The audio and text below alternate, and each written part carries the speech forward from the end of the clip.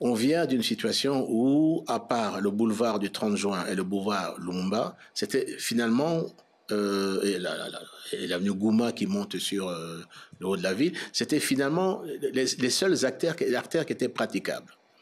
Le président de la République avait pris une décision, je l'avais annoncé en novembre l'année dernière, de pouvoir réfectionner plus d'une soixantaine de routes. 60 kilomètres aujourd'hui depuis l'annonce, la décision que le chef de l'État a prise pour pouvoir réfectionner toutes les routes secondaires et je dirais tertiaires dans Kinshasa. C'est ce qui est en train de se faire. Sur 4000 au total. Oui, sur 4000 au total, mais enfin, je veux dire, parlons du centre-ville. Parlons du centre-ville. Donc, les grandes artères secondaires sont en train d'être réparées puisque je suis ça quasiment au quotidien là-dessus.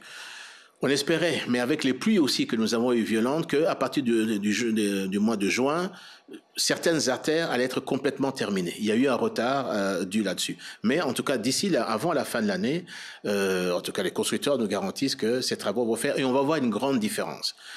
Nous avons pris une mesure la semaine passée avec les transporteurs de poids lourds.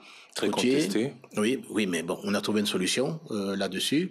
C'est-à-dire qu'on leur a demandé de ne plus circuler entre 5 heures du matin et 22 heures. Là-dessus. Il y a une légère différence quand même, on observe une légère différence. Ce n'est pas encore parfait là-dessus. Mais il ne faut pas oublier une chose, c'est qu'au-delà de l'existence des routes praticables dans la ville, qui n'étaient plus, et donc qui est en train de se faire, d'être réhabilitée, c'est également l'incivisme au niveau des conducteurs.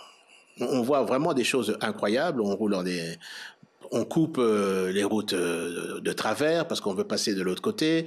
On ne respecte pas les indications qui sont données là-dessus. Et puis, un autre problème que nous avons, c'est la carence de policiers de roulage, les PCR.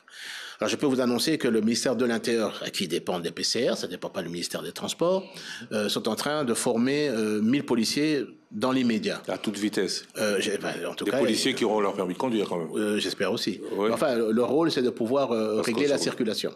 Ça, c'est ça. On leur demande au moins de connaître le code de la route là-dessus. Mais ce sont une nouvelle des jeunes universitaires qui sont recrutés et qui vont donc être formés. Et je suis sûr qu'après cette formation, nous allons avoir également dans les 55 carrefours qui sont en tout cas identifiés, être des problèmes, avoir des policiers qui sont au niveau et qui vont nous aider à régler la circulation. Et ces nouveaux policiers entrent en fonction quand ?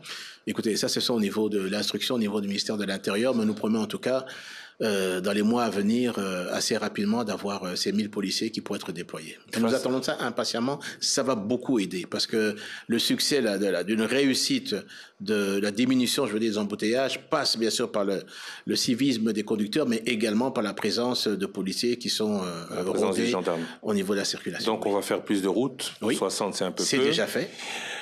60 c'est un peu peu. Hein. Oui. Les policiers, on va les mettre, ça peut changer. Le permis de conduire est là. Et également des feux de signalisation.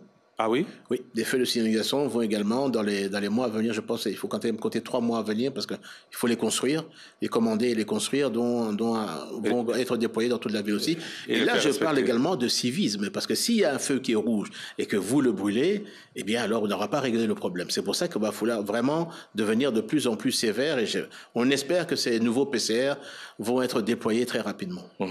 Face à la congestion persistante de la capitale, peut-être revenir à la solution déjà pensée du temps de la colonie, hein, parce que nous, on agit au jour le jour, mais eux, ils avaient déjà quasiment tout planifié il y a 65 ans.